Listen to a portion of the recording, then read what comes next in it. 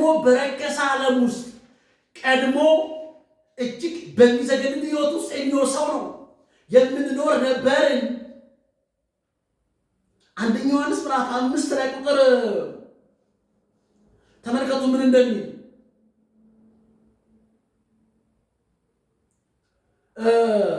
ቁጥር 18 ላይ እንደዚህ ይላል፣ ከእግዚአብሔር የተወለደ ሁሉ ኃጢአትን እንዳያደርግ። ከማን የተወለደ? ከእግዚአብሔር የተወለደ ሁሉ ኃጢአትን እንዳያደርግ፣ ነገር ግን ከእግዚአብሔር የተወለደ ራሱን እንዲጠብቅ ክፉም እንዳይነካው እናውቃለን። አያችሁ፣ አንተ ከጥንት ከጠዋቱ እግዚአብሔር በልቡ ያቀደው ስለ ሰው በመልካችን እንደ ምሳሌያችን እንፍጠር አለ። ሰውን ሲያስበው የሰማይ ወፎችና በውሃ ውስጥ የሚመላለሱ ውሃን አውጭና ያላት ይላል። እንስሶች ደግሞ በጫካ ውስጥ የሚመሰመሱ ከመሬት ነው የወጡት። አንተ ግን በእግዚአብሔር መልክና ምሳሌ ስትፈጠር እግዚአብሔር ሰው በመልካችን ምሳሌያችን እንፍጠር ሲል ፕሮግራሙ ምንድን ነው ሲባል አንተ የነፃነት ሕይወት እንድትኖር ነው። አንተ እግዚአብሔር እንድትገልጥ ነው። አንተ የእግዚአብሔር አፍ ነህ። አንዳንድ ሰዎች የሙሴን ንግግር ይዘው ይናገራሉ። እኔ ትነኝ ይላሉ። አንዳንዶች እኔ አንደበት ላይ ስላለ ሙሴ እኔ መናገር አልችልም ማለት ትትና አይደለም እኮ ለኛ። እኛ ማደሪያ ነን። እኛ መቅደስ ነን። አሁን የሚታየው መቅደስ የለም። አሁን ተንቀሳቃሹ መቅደስ አሁን ሰው ነው። እግዚአብሔር ሰውን ነው ማደሪያ ያደረገው። ይህንን ቃሉን ሕጌን በልቡናችሁ ላይ እጽፋለሁ፣ እኔ አምላክ ሆናችኋለሁ፣ እናንተ ሕዝቤ ትሆኑኛላችሁ። አንተን ነው ያለው። አንተ በምትቀመጥበት፣ አንተ በምትኖርበት፣ አንተ በምትንቀሳቀስበት፣ አንተ ባለበት መስሪያ ቤት አንተ የእግዚአብሔር ወግ ተወካይ ነህ። አንተ አምባሳደር ነህ እንጂ አንተ ተመልከት፣ ይህንን ተመልከት ምን እንደሚል ከእግዚአብሔር የተወለደ ሁሉ ኃጢአትን እንዳያደርግ፣ እንዳትሰርቅ፣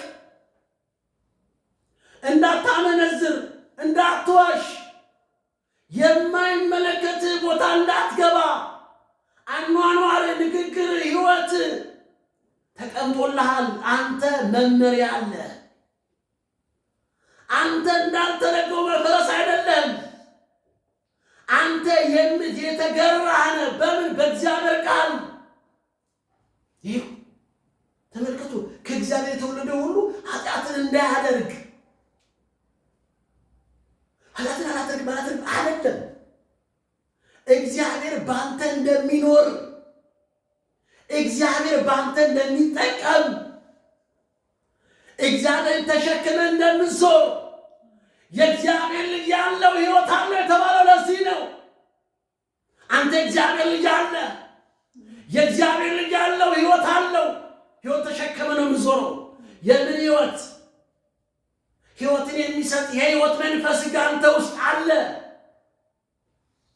ወርወር አድርገው ትርምስ ነው የሚሆነው። ኢየሱስ ስትል ገና ትርምስ ይሆናል።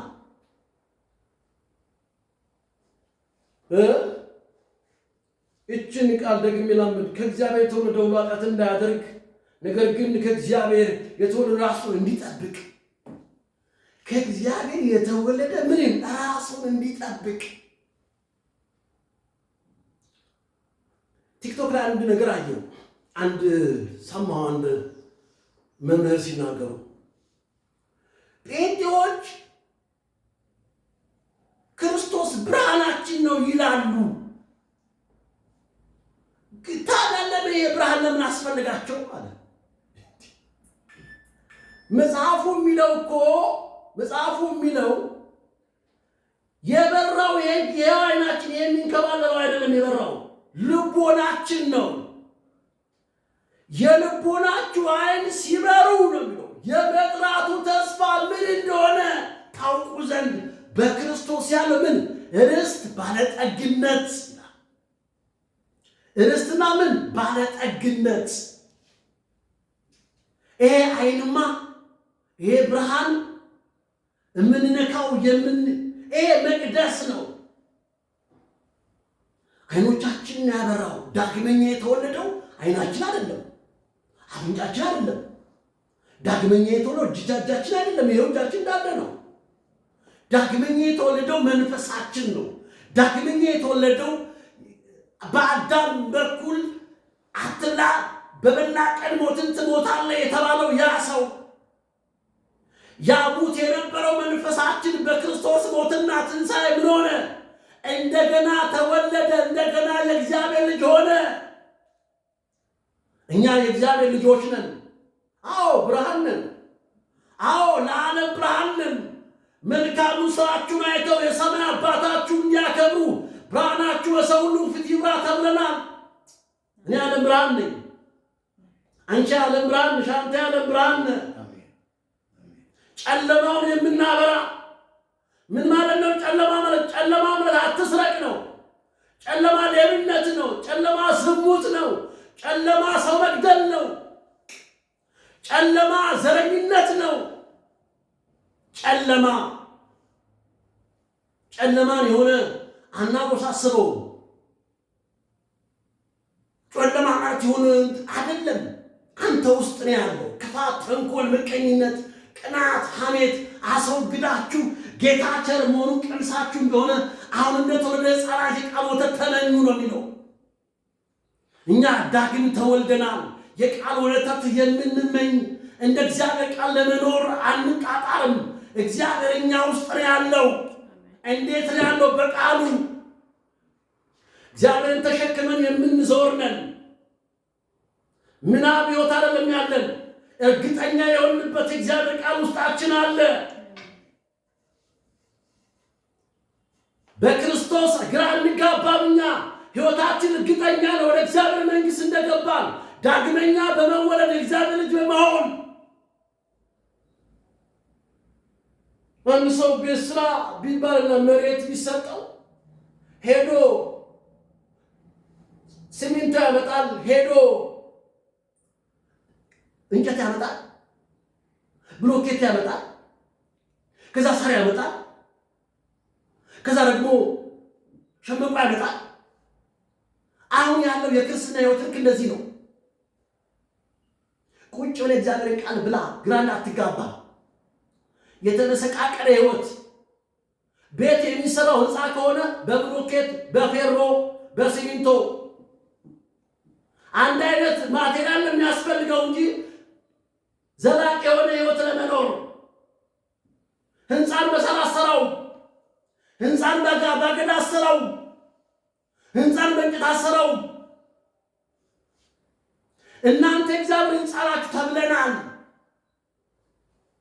ስለዚህ እኛ ከእግዚአብሔር ስለተወለድን የእግዚአብሔር ዕቃዎች ነን። ምርጥ ዕቃዎች፣ የከበርን ዕቃዎች ነን።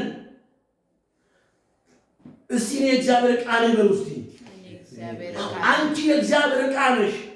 እኛ የከበርን የእግዚአብሔር ዕቃዎች ነን። አለ ብዙ ዕቃ አለ። እቤት ውስጥ ብዙ ዕቃ እንዳለ እናውቃለን።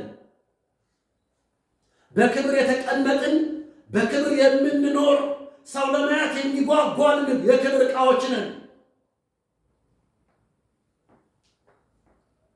እንዴ ምንም እኮ ይታወቃል እኮ። ጴንጤ ጠጅ ቤት ከተገኘ ጴንጤው ጠጅ ቤት ተገኘ ይባላል እኮ። ለምን? ወራዳ ቦታ ስለሆነ ጠጅ ቤት አንገኝም። ምናልባት የኛ ቃዛ ሆኖ ምናልባት ነገር ግን እኛ ሁሉ ሰው የሚመሰክርለት። ስለዚህ ክፉ ነገር እንዳይነካው እናውቃልናል። አንድ ሰው እንደዚህ አለ። ከመጽሐፍ ቅዱስ አንድ ሰው እንደዚህ አለ። ዜና ላይ ይመስለኛል እንደዚህ ያለ አንድ ሰው ክፉ የምትለው አንቃል